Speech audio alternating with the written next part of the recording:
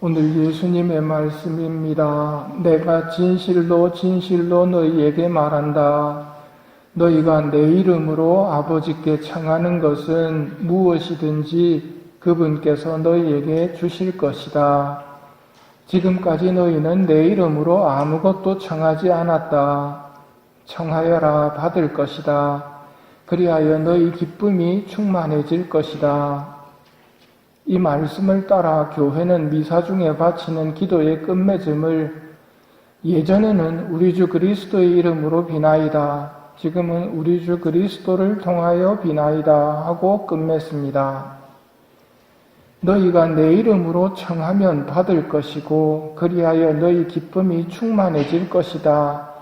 라는 말씀은 뜻을 잘못 알아들으면 오해하기 쉬운 말씀입니다.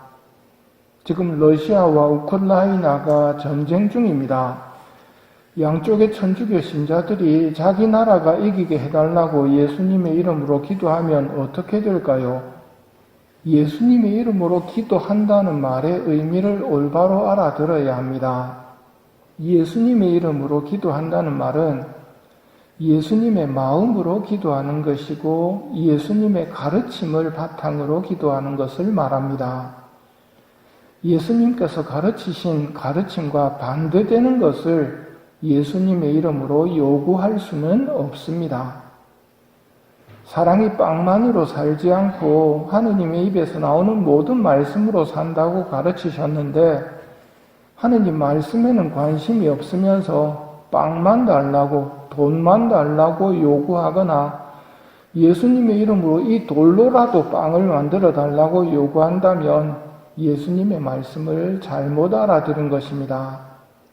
아버지의 뜻이 하늘에서와 같이 땅에서도 이루어지게 하소서 하고 가르치셨는데 예수님의 이름으로 내 뜻이 이루어지게 해달라고 요구를 한다면 잘못 알아들은 것입니다. 너희가 다른 사람들의 허물을 용서하면 하늘의 너희 아버지께서도 용서하실 것이다. 그러나 너희가 다른 사람들을 용서하지 않으면 아버지께서도 너희의 허물을 용서하지 않으실 것이다. 이렇게 가르치셨는데 남의 잘못은 용서해 줄 수 없다면서 자기 잘못은 무조건 용서해 달라고 한다면 예수님의 이름으로 기도한다 하더라도 잘못 알아들은 것입니다. 기도를 가르쳐 주신 예수님께서 사람이 되어 오신 것은 사람이 하느님 앞에서 어떤 태도를 취해야 하는지 가르쳐 주시기 위해서였습니다. 그분이 보여주신 모범은 첫째 계명, 즉 하느님 사랑의 계명을 분명하게 보여주셨습니다. 이 세상에 하느님은 창조주 하느님 한 분뿐이시다. 인간은 이분만을 흠숭해야 한다. 하느님 말고 다른 신은 없다. 그러니 사람은 유일하신 창조주 하느님 앞에 엎드려야 한다. 하느님께 복종해야 한다. 이것을 삶으로 보여주셨습니다. 이걸 한 장면으로 표현하면 십자가상의 예수님입니다. 제 뜻대로 마시고 아버지 뜻대로 하소서 하고 기도하시며 인간을 구하기를 원하시는 하느님 아버지 뜻에 예하고 순명하신 모습, 성모님의 모습도 마찬가지입니다. 처녀가 아이를 가지게 된다는 것 예하시지요. 이 몸은 주님의 종입니다. 말씀하신 대로 저에게 이루어지기를 바랍니다. 이 모습이 하느님 앞에서 인간이 취해야 할 모습임을 보여주신 것입니다. 예수님의 이름으로 기도한다는 것은 이렇게 자기 뜻보다는 하느님의 뜻이 이루어지기를 기도한다는 의미입니다. 불행히도 교만한 인류는 하느님의 뜻을 무시하고 이기주의, 물질주의로 세상을 싸움터로 만들어 놓았습니다. 그러면 신앙인인 우리가 해야 할 일은 더더욱 예수님의 이름으로 기도하는 것입니다.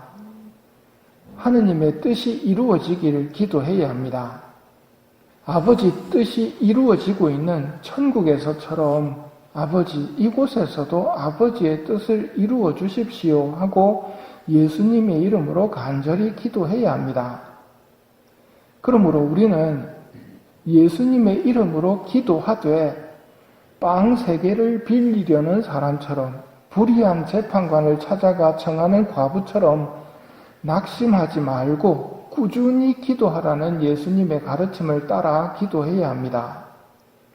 이렇게 기도하는 것이 예수님의 이름으로 기도하는 모습입니다. 자기 뜻대로 기도하던 모습, 지금까지 너희는 내 이름으로 아무것도 청하지 않았다라는 말은 기도하지 않았다는 것이 아니라 자기 뜻대로 기도했다는 말입니다. 그러나 이제 예수님의 이름으로 기도한다는 말은 예수님처럼 성모님처럼 기도한다는 의미입니다. 올바로 기도하는 사람은 하느님의 사랑을 체험합니다. 하느님께서 나를 사랑하시고 우리를 사랑하신다는 것을 체험한 사람은 더욱 하느님과의 대화인 기도를 그치지 않습니다. 이렇게 기도로 하느님을 섬기는 기쁨 안으로 들어가게 되는 것입니다. 이 미사 중에 올바로 기도할 수 있는 은총을 청하도록 합시다.